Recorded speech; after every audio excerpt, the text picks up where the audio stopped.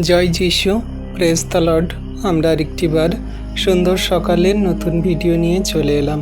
আর এই ভিডিওতে আমরা আজকে বাক্য নিয়ে আলোচনা করব, যে বাক্য সকল প্রভু আজকে আমাদেরকে দান করছে প্রত্যেক দিনের মতো।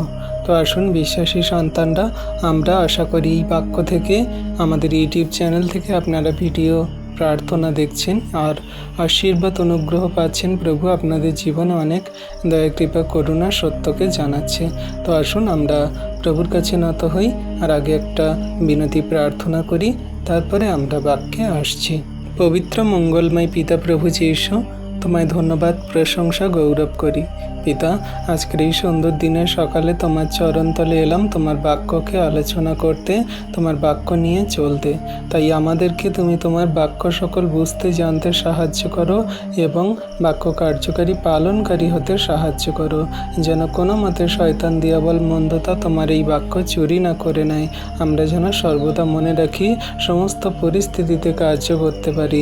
তুমি দয়া কৃপা করুন, অনুগ্রহ করো। ধন্যবাদ পিতা, পুত্র, পবিত্র আত্মা। ধন্যবাদ প্রভু যীশু, তুমি আমাদের মহান পিতা, তোমায় ধন্যবাদ করি। হ্যাঁ প্রভু, আজকে দিনের ভার তোমার হস্তে চরণতলে দিই। যত সন্তান এই ভিডিও প্রার্থনা দেখছে, পরবর্তীতে দেখবে, শুনবে, সকলকে তুমি তোমার এই বাক্যের জ্ঞান দাও, আশীর্বাদ করো। এই বিনতি প্রার্থনা যীশু খ্রিস্ট তোমার পবিত্র মধুর নামে চাইলাম। তুমি প্রার্থনা শুনলে আর উত্তরও দিলে। আমেন। তো আসুন বিশ্বাসী সন্তানরা, আমরা আমাদের বাক্যকে দেখি বাক্য কি বলছে। আজকের আমাদের টপিক, খ্রিস্ট বিশ্বাসী নারীদের শাঁখা সিঁদুর পরা উচিত কি না, বাইবেল এই বিষয়ে কি বলে। আমরা আজকে এই বিষয়টি নিয়ে আলোচনা করব। অনেক খ্রিস্ট বিশ্বাসী মা বোনেরা আছেন, সন্তানেরা আছেন, আপনারা ভাবেন বা অনেকে ভাবে যে আমাদের কি শাঁখা সিঁদুর পরা উচিত। আমরা শাঁখা সিঁদুর পরলে জগতের মানুষজনেরা নানান রকম কথা বলে, এই দেখো তোমরা যদি খ্রিস্টান হয়েছ তাহলে শাঁখা পরছো কেন, সিঁদুর পরছো কেন, এগুলো তো হিন্দু ধর্মের সেই স্বামীদের কল্যাণের জন্য বা তাদের সংস্কৃতি, তারা তো করে থাকে, তাহলে তোমরা কেন এই সমস্ত করছো। তো খ্রিস্ট বিশ্বাসী নারীদের শাঁখা সিঁদুর পরা উচিত কিনা, এই বিষয়ে বাইবেলের সরাসরি কোনো আদেশ বা নিষেধ নেই। তাই বিষয়টি বোঝার জন্য বাইবেলের নীতিগুলো আমরা দেখব, যাতে করে আমরা বুঝতে পারি যে বাইবেল আমাদেরকে কি বলছে। 1 নম্বরে, একজন খ্রিস্টানের পরিচয় কি ও কোথায়। বাইবেল শেখায় যে একজন বিশ্বাসীর পরিচয় বাহ্যিক চিহ্নে নয়, বরং খ্রিস্ট যিশুর ও ঈশ্বরের সন্তান হিসাবে পরিচিত হওয়ার জন্য। কারণ তোমরা সকলেই খ্রিস্ট যিশুতে বিশ্বাসের দ্বারা ঈশ্বরের সন্তান। এটা আমরা পাই গালাতীয় 3 অধ্যায়ের 26 থেকে 29 পদ পড়লে, যেখানে প্রভুর বাক্য বলছে, কারণ তোমরা সবাই খ্রিস্ট যিশুতে বিশ্বাসের মাধ্যমে ঈশ্বরের পুত্র হয়েছ। কারণ তোমরা যত লোক খ্রিস্টের উদ্দেশ্যে বাপ্তিস্ম নিয়েছ, সবাই খ্রিস্টকে পরিধান করেছ। ইহুদি কি গ্রিক আর হতে পারে না, দাস কি স্বাধীন আর হতে পারে না, পুরুষ কি মহিলা আর হতে পারে না, কারণ খ্রিস্ট যিশুতে তোমরা সবাই এক। আর তোমরা যদি খ্রিস্টের হও, তবে সুতরাং আব্রাহামের বংশ প্রতিজ্ঞা অনুসারে উত্তরাধিকারী। আমেন। তাহলে বিশ্বাসী সন্তানরা এখানে বাক্য ভালো করে লক্ষ্য করুন আর বোঝার চেষ্টা করুন। এখানে গালাতীয় মণ্ডলীর কাছে লেখা হচ্ছে আর তাদেরকে বলছে, কিন্তু এটা শুধু গালাতীয় মণ্ডলীদের উদ্দেশ্যে নয়, এটা আমরা এই বাক্য পড়ছি আমাদের উদ্দেশ্যে এবং সমগ্র জগন্নিবাসীর উদ্দেশ্যে বলা হচ্ছে। কি বলছে? যে তোমরা সবাই খ্রিস্ট যিশুতে বিশ্বাসের মাধ্যমে ঈশ্বরের পুত্র হয়েছ। এটা কিন্তু খুব গুরুত্বপূর্ণ আর খুব দামি কথা। আমরা বিশ্বাসের মাধ্যমে ঈশ্বরের পুত্র হয়েছি। কার উপরে বিশ্বাস করে? না যীশু খ্রিস্টের উপরে বিশ্বাস করে। জগতে অনেক মহাপুরুষ, অনেক দেবদেবী, অনেক নানান ধরনের ধর্ম, জাতি, অনেক কিছু আছে, কিন্তু সেগুলোর উপরে বিশ্বাস করলে ঈশ্বরের সন্তান হওয়া যাবে না। ঈশ্বরের সন্তান বা ঈশ্বরের পুত্র হতে গেলে কি করতে হবে? না যীশু খ্রিস্টতেই একমাত্র বিশ্বাস করতে হবে। তাই যীশু খ্রিস্টকে যদি আপনি বিশ্বাস করেছেন সম্পূর্ণরূপে, তাহলে আপনি কিন্তু ঈশ্বরের সন্তান হয়েছেন। আর আপনি যখন ঈশ্বরের সন্তান, তাহলে আমরা কি? এখানে বলছে 27, কারণ তোমরা যত লোক খ্রিস্টের উদ্দেশ্যে বাপ্তিস্ম নিয়েছ, সবাই খ্রিস্টকে পরিধান করেছ। তাহলে আমরা সবাই যখন খ্রিস্ট যীশুতে বিশ্বাসের দ্বারা ঈশ্বরের পুত্র হয়েছি, খ্রিস্ট যীশুকে পরিধান করেছি, তাহলে আমরা যখন খ্রিস্ট যীশুর উদ্দেশ্যে বাপ্তিস্ম নিয়েছি, আমরা কি? না খ্রিস্টকে পরিধান করেছি। খ্রিস্টকে পরিধান করা মানে কি? খ্রিস্টকে পরিধান করা মানে হলো খ্রিস্টের মতন আচরণ ব্যবহার করা, তার আজ্ঞা শিক্ষা সকল পালন করা, নম্রতায়, ধৈর্যে, প্রেমে চলা, সমস্ত জগতে রীতিনীতি, সমস্ত পুরনো দিনের সেই পুরনো সমস্ত কার্যকলাপগুলো, পাপের জীবনকে ঝেড়ে ফেলে আমরা খ্রিস্টকে পরিধান করেছি, নতুনকে পরিধান করেছি, পবিত্রতাকে, প্রেমকে, নম্রতা, ধৈর্য, বিশ্বাসকে আমরা পরিধান করেছি। অর্থাৎ খ্রিস্ট যীশুর পিছনে পিছনে আমরা চলছি। তাই আপনি একটা কথা বুঝুন যে যারা যীশু খ্রিস্টের পিছনে চলে তারা কি শাখা সিঁদুর পরে, বা যারা যীশু খ্রিস্টের বাক্য আজ্ঞা শিক্ষা সকল পালন করে, তারা কি এই সমস্ত কার্য সকল করে জগতের মানুষদের মতন? এগুলো তাদের জন্য নয়, বা এগুলো তাদের শোভা পায় না। এখানে বলছে ইহুদি কি গ্রিক হতে পারে না, দাস কি স্বাধীন হতে পারে না, মহিলা কি পুরুষ হতে পারে না, কারণ আমরা সবাই খ্রিস্ট যীশুতে এক। তাহলে আজকে আপনি যদি খ্রিস্ট যীশুতে আছেন, আপনি যে কোনো ধর্মের হোক না কেন, ইহুদি কি গ্রিক, কি স্বাধীন কি দাস, কি নারী কি পুরুষ, কি নানান রকমের ধর্ম জাতি নিরপেক্ষ হন না কেন, আপনি প্রভু চরণতলে এসেছেন মানে আপনি প্রভু যীশুতে এক হয়ে গেছেন। আপনি কোনো ধর্ম জাতি, কোনো রকম কোনো নারী পুরুষ আবাল বৃদ্ধা বনিতা নেই, আপনি খ্রিস্ট যীশুতে এক হয়ে গেছে। আপনি কোনো সেই পাস্টার নন, আপনি কোনো কিছু বড় কোনো ব্যক্তি নন, আপনি নিচু কোনো ব্যক্তি নন, আপনি ভিখারি নন, আপনি বড়লোক ব্যক্তি নন, আপনি কোনো কিছু নন, আপনি শুধু খ্রিস্টেরই, খ্রিস্টের বাক্য আজ্ঞা পালন করছেন আর খ্রিস্টের সন্তান হয়ে, ঈশ্বরের সন্তান হয়ে এই জগতে চলছেন। তাই বলছে কি ইহুদি কি গ্রিক কি স্বাধীন কি দাস কি পুরুষ কি মহিলা, সবাই আমরা খ্রিস্টতে, খ্রিস্ট যীশুতে এক। তাই আমরা কি?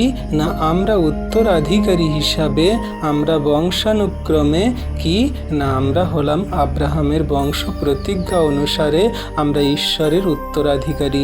তাই ঈশ্বরের যখন উত্তরাধিকারী, তার সন্তান, তার পথে চলছি, তাহলে আপনি বিবেচনা করুন যে ঈশ্বরের সন্তানরা কি শাখা সিঁদুর পরে, বা তাদের কি এই সমস্ত রীতিনীতি? বাইবেল কিন্তু এরকম কোনো কিছু নির্দেশ দেয় না যে তুমি শাখা সিঁদুর পড়লে তোমাকে সবাই ভালো বলবে, আর শাখা সিঁদুর না বললে তোমাকে সবাই মন্দ বলবে। এটা কিন্তু কোনো কিছুতে নয়। এটা হলো জগতের সেই বাইরের সাজসজ্জার একটা বিষয়। 2 নম্বরে বলছে বাহ্যিক সাজসজ্জার থেকে অন্তরের সৌন্দর্য গুরুত্বপূর্ণ। পিতর বিশ্বাসী নারীদের শিক্ষা দেয়, তোমাদের সৌন্দর্য যেন কেবল বাহ্যিক সাজসজ্জার না হয়, বরং হৃদয়ের গোপন মানুষের দ্বারা হয়। এই বাক্য আমরা পাই 1 পিতর 3 অধ্যায়ের 1 থেকে 5 পদে। বলছে একইভাবে সমস্ত স্ত্রীরা তোমরা তোমাদের স্বামীর বশীভূতা হও, যেন অনেকে যদিও কথার অবাধ্য হয়, তবুও যখন তারা তোমাদের সভায় শুদ্ধ আচার ব্যবহার নিজেদের চোখে দেখতে পাবে, তখন কোনো কথা ছাড়াই তোমাদের ভালো আচার ব্যবহার দিয়েই তাদেরকে জয় করতে পারবে। আর সুন্দর বিনুনি ও সোনার গহনা কিংবা বাহ্যিক সুন্দর পোশাকে তা নয়, কিন্তু হৃদয়ের যে গুপ্ত মনুষ্য সেই অনুযায়ী ভদ্র ও শান্ত আত্মায় যে শোভা, যা কখনো শেষ হয়ে যাবে না, তা তাদের অলংকার হোক, যা ঈশ্বরের দৃষ্টিতে খুবই মূল্যবান। কারণ আগে যে সমস্ত পবিত্র মহিলারা ঈশ্বরের আশা রাখতেন, তারাও সেইভাবেই নিজেদেরকে সাজাতেন। তারা তাদের স্বামীদের বশীভূত হতেন। আমেন। তাহলে এখানে বিশ্বাসী সন্তানরা, বিশেষ করে মা বোনেরা, এই বাক্য পড়ুন আর বোঝার চেষ্টা করুন। বাক্য কি বলছে আমরা ধাপে ধাপে দেখি। বলছে, একইভাবে সমস্ত স্ত্রীরা তোমরা তোমাদের স্বামীর বশীভূতা হও। এখানে স্বামীর বশীভূতা হতে বলছে, অর্থাৎ স্বামীর কথা সকল শুনে মেনে চলতে বলছে, স্বামীর সমস্ত আজ্ঞা পালন করে চলতে বলছে। যেন কি না, যেন অনেকে যদিও কথার অবাধ্য হয়, তবুও যখন তোমাদের এই সভায় শুদ্ধ আচরণ ব্যবহার নিজেদের এবং লোকেদের চোখে পড়ে, তখন সেই সমস্ত লোকজনেরা দেখে কি ভাববে যে, না দেখো, একজন খ্রিস্ট বিশ্বাসী নারী, সে কি করছে না, তার স্বামীর আজ্ঞা কথা শুনে মেনে চলছে, তার স্বামী যেমন বলছে সে তেমন চলছে, তার পরিবারকে সে কতটা প্রেম করে, স্বামীকে ভালোবাসে, স্নেহ করে এবং তার আজ্ঞা সকল পালন করে। তাই বলে এই নয় যে সমস্ত স্বামী পুরুষরা আপনারা স্ত্রীদের উপরে যে কোনো কথা বলবে না সে মেনে নেবে। যেটা ন্যায্য, সত্য, যেটা সঠিক পথে চলার জন্য ঈশ্বরের অনুগ্রহের এবং পবিত্রতার, সেই রকম কথা বলুন, সেই মতো চলুন, দেখবেন সম্পর্ক ঠিক থাকবে। আর বলছে, তোমাদের সবাই শুদ্ধ আচার ব্যবহার যখন নিজেদের চোখে পড়বে, তোমরা বুঝতে পারবে যে হ্যাঁ, তোমরা কত পবিত্রতায়, ধার্মিকতায় জীবনযাপন করছো। তখন কোনো কথা ছাড়াই তোমাদের ভালো আচরণ ব্যবহার যখন মানুষরা দেখবে, তখন কি হবে না, তাদের সেই তোমরা জয় করতে পারবে। তারা ভাববে যে হ্যাঁ, একজন খ্রিস্টতে চলা মহিলা, নারী, সে যখন এতটা পবিত্রতায়, সুন্দরভাবে, নম্রতায় তার স্বামীর আজ্ঞা শিক্ষা সকল মেনে চলছে, তার পরিবারে কোনো বিবাদ ঝগড়া নেই, সমস্যা নেই, কোনো মন্দ বিষয় সকল নেই, তাহলে আমরা যে হিন্দু ধর্মের মধ্যে, আমরা যে নানান রকম ধর্মের মধ্যে আছি, আমাদের পরিবারে কত ঝগড়া, অশান্তি, বিবাদ, মন্দতা, মনোমালিন্য, হিংসা হিংসি, স্বামী স্ত্রীর মধ্যে মারপিট, এইরকম মন্দ বিষয়গুলো হচ্ছে। তাহলে আমরা প্রভুর কাছে এলে, প্রভুতে বিশ্বাসী হলে আমাদের এই সমস্ত বিষয়গুলো দূর হয়ে যাবে। আর আমরা পবিত্রতায়, আমরাও ধার্মিকতায় জীবনযাপন করব, স্বামী স্ত্রীর সমস্ত আজ্ঞা শিক্ষা সকল পালন করে চলব। বলছে, তোমরা সুন্দর বিনুনি, সোনার গহনা, বাইরের সমস্ত রূপ সাজসজ্জা তোমরা পরিত্যাগ করো। তোমরা সুন্দর সুন্দর পোশাক পরো, তোমরা সুন্দর সুন্দর বিনুনি করো, গায়েতে সোনার গহনা, নেকলেস, হার পরো, তোমরা মেকআপ করো, নানান রকমের শর্ট ড্রেস পরো, পোশাক পরো, নানান রকম সুন্দর সুন্দর শাড়ি পরো। এগুলো তোমাদের সুন্দর রূপ নয়, এগুলো তোমাদের সুন্দর খ্রিস্ট বিশ্বাসী সন্তানদের পরিচয় নয়। তোমরা যদি প্রকৃত খ্রিস্ট বিশ্বাসী সন্তান হও আর তার পিছনে চলো, তাহলে তোমরা কি করবে না, তোমরা হৃদয়ের যে গুপ্ত মানুষ, সেই অনুযায়ী ভদ্র ও শান্ত আত্মার শোভাতে যে চলে, সে সেই মতোই চলবে, কোনো মতে সে শেষ হবে না। অর্থাৎ আত্মার যে শিক্ষা, পবিত্র আত্মা যে আমাদেরকে চালিত করে, সেই মতো তোমরা সেই অলংকার পরো, অর্থাৎ প্রভুর বাক্যে কার্যকারী হও। ঈশ্বরের দৃষ্টিতে যে মূল্যবান, সেই হলো প্রকৃত সুন্দর। তাহলে আপনি ঈশ্বরের দৃষ্টিতে মূল্যবান হয়ে উঠুন, পবিত্র আত্মায় চলুন। আপনার ভিতরের যে গুপ্ত মানুষ আছে, সেই শুভ্র এবং পবিত্র, ভদ্র, শান্ত সেই মানুষকে আপনি বাইরে বার করুন। সেগুলোই হলো আপনার গহনা, সেগুলো হলোই আপনার অলংকার, সেগুলো হলেন আপনার সুন্দর সুন্দর পোশাক, ড্রেস। তাই জগতের মানুষরা যত সাজসজ্জা করে, সুন্দর ড্রেস বিনুনি পরে এবং সোনা গহনা পরে, এগুলো তাদের কিন্তু প্রকৃত রূপ নয়। প্রকৃত রূপ হলো আপনার হৃদয়ের ভিতরে যে গুপ্ত মানুষ আছে।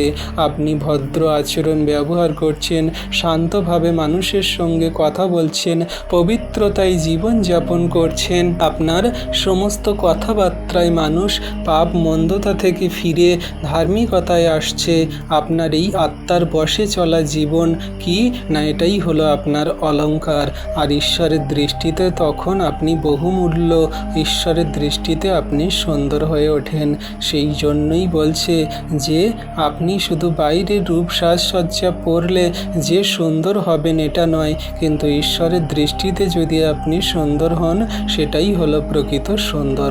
তাই আজকে থেকে আপনি জগতের সমস্ত সাজসজ্জাকে ত্যাগ করে ঈশ্বরের গ্রহণযোগ্য যে সমস্ত মূল্যবান সন্তান বা সৌন্দর্য, সেটাকেই পরিধান করুন। পবিত্র আত্মাতে আপনি জীবনযাপন করুন। এখানে আপনারা প্রশ্ন করতে পারেন যে তাহলে কি আমরা সোনা গহনা পরব না? আমাদের যে ইচ্ছা বা আমাদের যে চাহিদা, আমরা একটা সোনার কানের দুল পরি, আমরা গলায় সোনার নেকলেস পরি, হাতে সোনার বালা পরি, এগুলো কি আমাদের ইচ্ছা নেই বা এগুলো কি আমরা করতে পারবো না?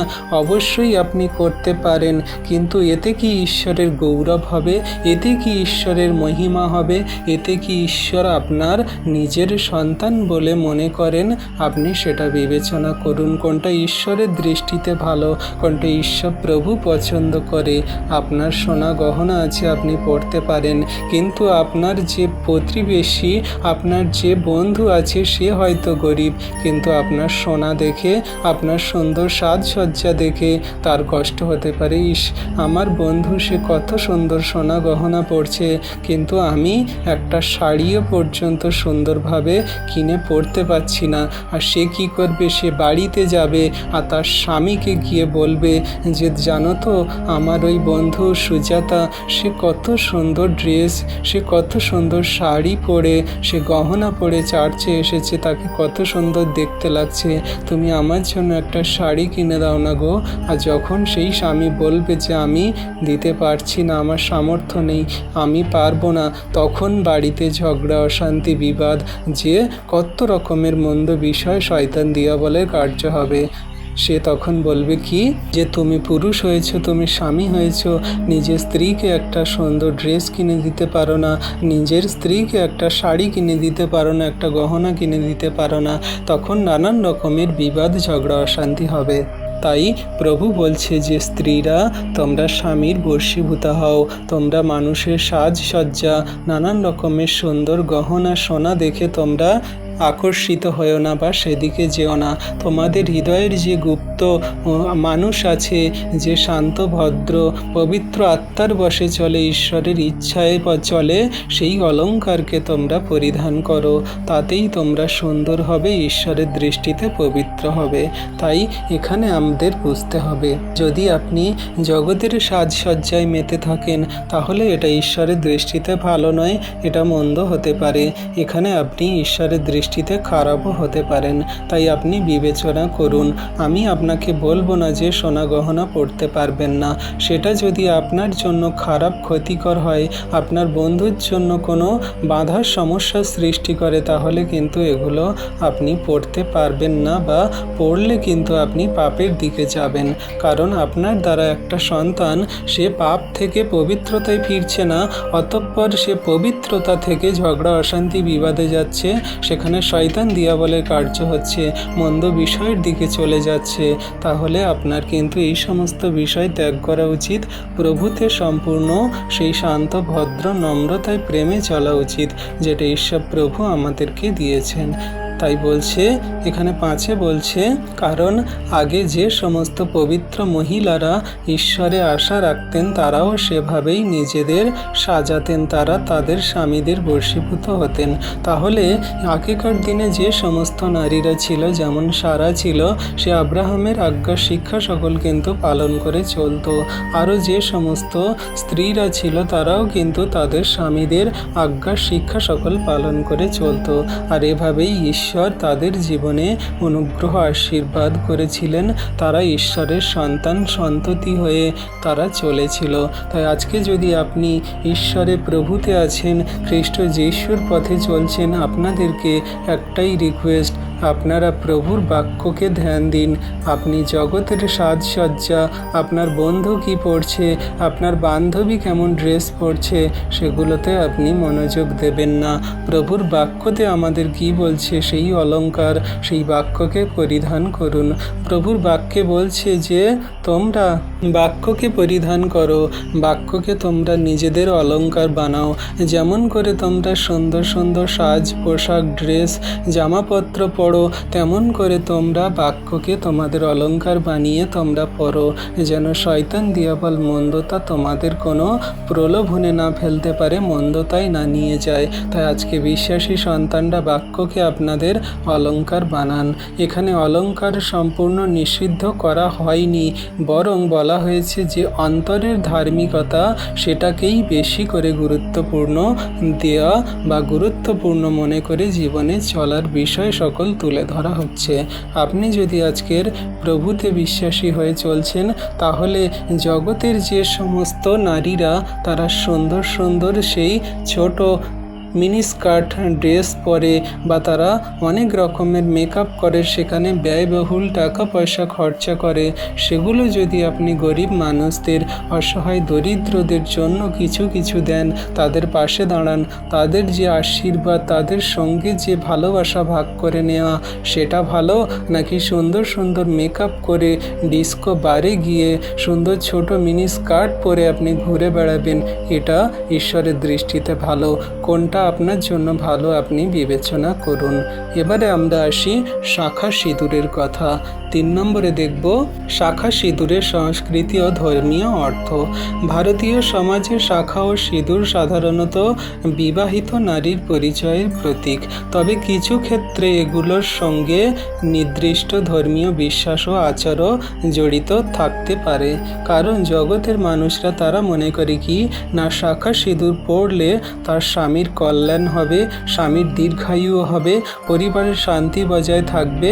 আর এই শাখা সিঁদুরকে তারা দেবতা বলে মনে করে, যে শঙ্খদেব বলে একজন আছে, শঙ্খ দেবতা, যে কিনা ঈশ্বরের আশীর্বাদ পেয়ে নারীর অর্থাৎ দেবীদের কি না তাদের হাতে থাকার জন্য আর তাদের মাথায় থাকার জন্য সে সংকল্প করে, আর সেখানেই সে স্থান পায়। এই রকম ধর্ম সংস্কৃতিতে, হিন্দু ধর্মের সংস্কৃতিতে এই রকম কিছু একটা নীতি আছে বা এরকম কোনো কিছু একটা তাদের সমস্ত ধর্মীয় কথা আছে, কাল্পনিক সেই সমস্ত কথা আছে। কিন্তু এগুলো খ্রিস্ট বিশ্বাসীদের ক্ষেত্রে প্রযোজ্য নয়, এগুলো খ্রিস্ট বিশ্বাসীদের সমস্ত বাইরে।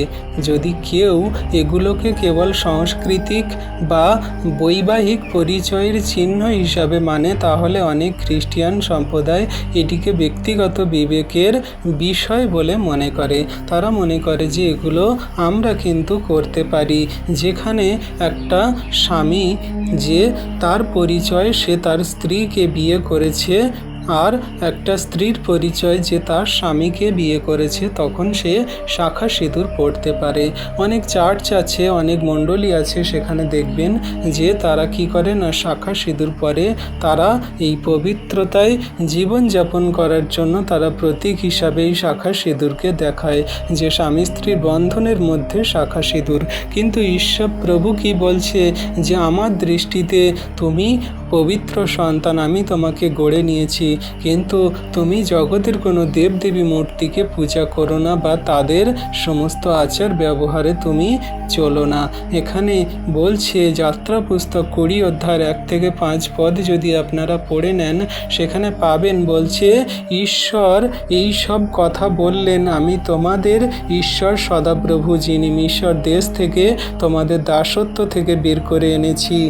তোমরা কোনো মতে দেবতাদের চরণতলে নত হয়েও না, তাদের দেবতা নির্মাণ করো না, খোদিত প্রতিমা স্বর্গের উপরে, পৃথিবীতে, পৃথিবীর নিচে কোনো কিছু মূর্তি তোমরা তৈরি করো না, তাদের কাছে প্রণাম করো না। আমি সদাপ্রভু, আমি ঈর্ষাপরায়ণ, আমি পূর্বপুরুষদের সমস্ত সন্তানদের শাস্তি দিয়ে থাকি যারা আমাকে তুচ্ছ করে, মন্দ করে, কিন্তু যারা আমার আজ্ঞা শিক্ষা সকল পালন করে আমি তাদের সেই 1000 পুরুষ পর্যন্ত আমি তাদের জীবনে অনুগ্রহ আশীর্বাদ দান করি। তাই আজকের আপনি যদি প্রভুতে বিশ্বাসী হয়েছেন, প্রভুর বাক্য আজ্ঞা শিক্ষা সকল পালন করে চলুন।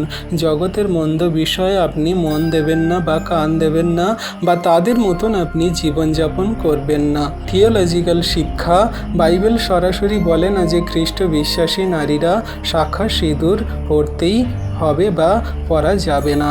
একজন বিশ্বাসীর প্রধান পরিচয় খ্রিস্টে বাহ্যিক চিহ্ন নয়, কিন্তু ভিতরের সেই পবিত্রতাকে জাগিয়ে নম্রতায় প্রেমে বিশ্বাসে চলতে হবে, যেটা প্রভু আমাদেরকে শিখিয়েছে।